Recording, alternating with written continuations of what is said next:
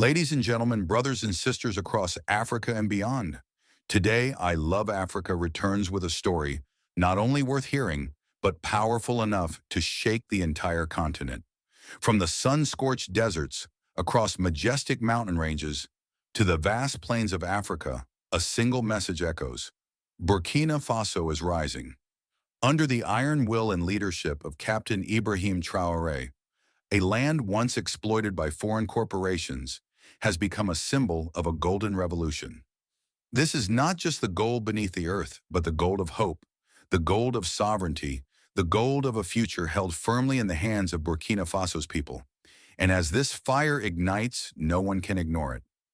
On August 27, 2025, a special guest arrived in Ouagadougou, billionaire Abdul Salam bin Muhammad al-Marshidi, representing the Sultanate of Oman with a historic investment handshake.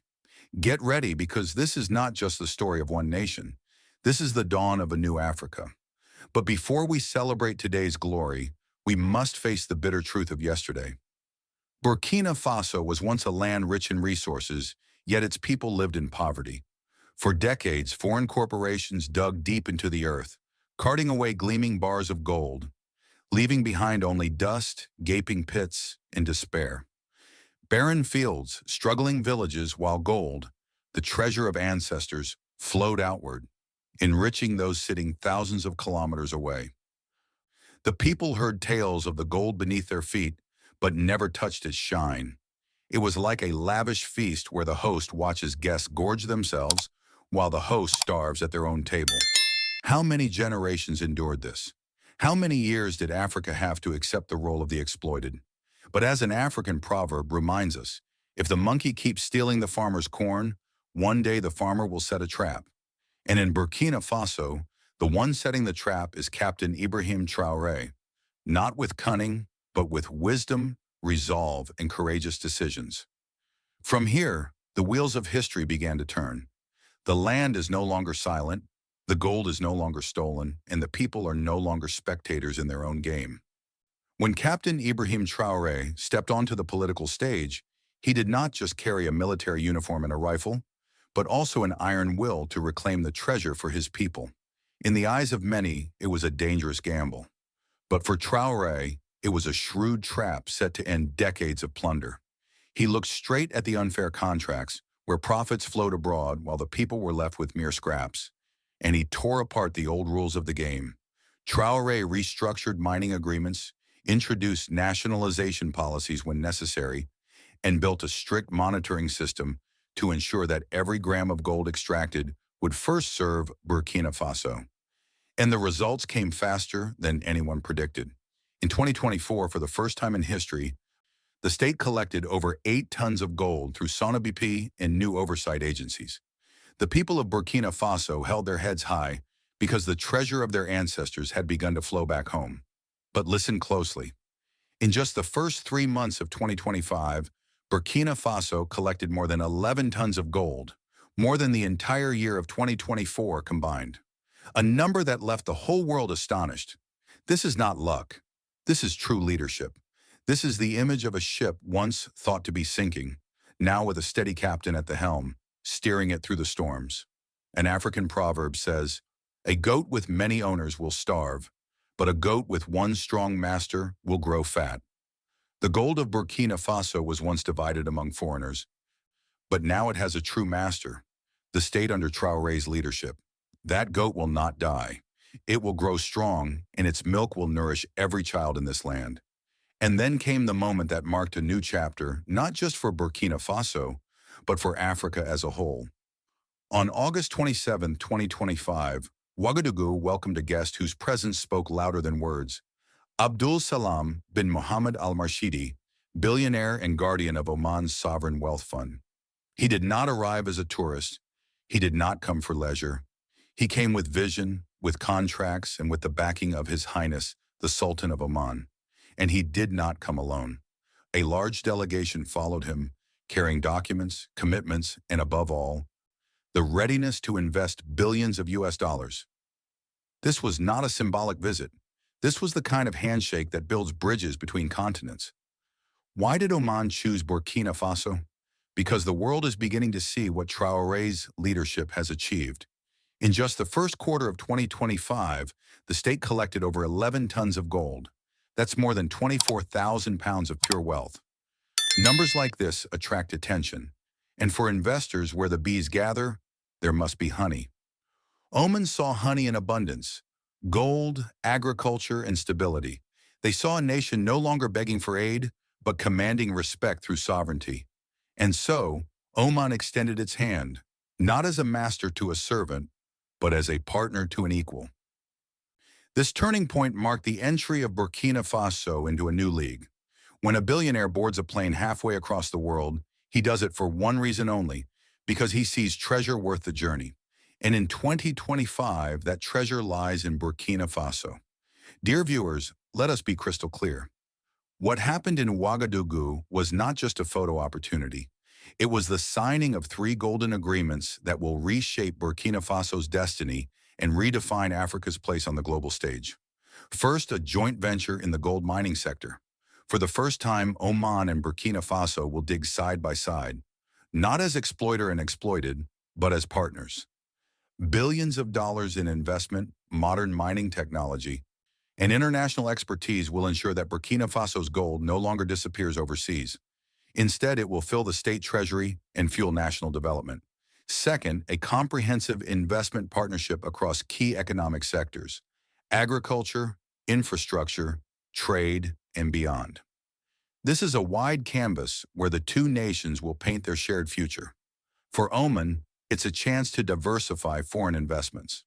For Burkina Faso, it's fertile ground, both literally and figuratively, ready to grow. Third, and perhaps most crucial, agriculture. Gold may glitter, but food sustains life. Oman has pledged large-scale investment in rice cultivation and strategic crops. Imagine fields stretching for miles, rice stalks waving under the African sun, harvested by Burkinabe farmers, feeding Burkinabe families. With this, Burkina Faso moves closer to food, self-sufficiency, and even future export. Remember the parable: the hen that lays golden eggs must also be fed with grain. Gold builds armies, hospitals, and schools, but rice and crops keep the nation alive. Traoré understands this balance. That's why agriculture stands tall in these agreements. These 3 golden bridges, gold, economy, and food, are not just contracts. They are pillars of sovereignty, prosperity, and survival. Now, brothers and sisters, let us speak of the advantages, because they are as many as the stars in the sky. These agreements are not mere signatures on paper. They are the foundation stones of a new Burkina Faso, sovereignty restored. With more than 24,000 pounds of gold collected in just 3 months, the state is no longer a beggar at its own table. The budget grows, revenues swell, and decisions are made in Ouagadougou, not dictated from Paris, London, or Washington. Military strength. Gold is not just a metal, it is a shield. With revenues flowing, no Burkinabe soldier will march hungry, no defense unit will lack equipment, and the nation's borders will be guarded with confidence. Development and infrastructure. Schools, hospitals, and roads will rise, built not from foreign aid that comes wrapped in chains, but from Burkina Faso's own wealth. Every child educated, every patient healed, every bridge built will stand as proof of true independence. Food security. Through Omani investment, rice fields will flourish, strategic crops will multiply, and hunger will become a stranger in the land. Burkina Faso will not just feed itself, it will export, transforming from importer to provider. Global respect. When Oman, a wealthy and respected nation, sends its billionaire and blessings from its sultan, the entire world takes notice. They see that Burkina Faso is no longer weak, but strong, sovereign, and attractive. Jobs and technology, mines, farms, industries, each agreement means work for young men and women. And alongside money, Oman brings machines, techniques, and knowledge, lifting Burkina Faso into a new industrial age. Remember the proverb, a river that forgets its source will dry up. Traoré has not forgotten the source. Every bar of gold, every acre of rice, every deal sign flows back to the people. Brothers and sisters, let us pause and recognize what this truly means. For centuries, Africa was forced into a script written by others, a script where our lands were plundered, our people silenced, and our nations reduced to beggars at the gates of empire. But today, under Captain Ibrahim Traoré, that script has been torn apart. Before, Africa begged for aid. Today, Burkina Faso attracts investment. Before, foreign corporations dictated terms. Today, the state sets the rules. Before, the wealth of the soil enriched outsiders. Today, it feeds the Burkinabe people. This is a complete reversal of history. This is Africa standing tall. And Traoré himself, he is no mere politician. He is the lion at the center of the savannah. A lion does not beg the hyena for food. It hunts its own. And today, Burkina Faso is hunting its own wealth, its own future, and its own destiny. The numbers speak louder than any speech. 11 tons of gold in 3 months. That's more than 24,000 pounds of pure treasure flowing into the state coffers. Add to that billions of US dollars in Omani investment, stretching from the mines to the rice fields, from the roads to the factories. This is not charity. This is not dependency. This is sovereignty in action. This is the Burkinabe people reclaiming what has always been theirs. And let it be known, when a small nation dares to rise, the world cannot look away. Burkina Faso has proven the point. Africa does not need to bow, it can lead. Now, dear viewers, let us lift our eyes toward the horizon. Imagine Burkina Faso not as it was, nor as it is today, but as it will be in the years ahead. With over 24,000 pounds of gold already secured in just 1 quarter, with billions of US dollars flowing in from Oman, the road ahead shines brighter than ever. Picture this. 5 years from now, Burkina Faso exporting rice across Africa, not importing it. Fields stretching for miles, cultivated with modern technology, feeding not just Burkinabe families but neighboring nations as well. Picture this. Universities rising, funded by gold revenues. Young men and women studying engineering, medicine, and technology, no longer forced to leave the continent for opportunity, but building futures right at home. Picture this. Factories and industries powered by both gold and agriculture, turning raw materials into finished products, creating jobs for tens of thousands, roads connecting villages to cities, cities to borders, and Burkina Faso to the very heart of African trade.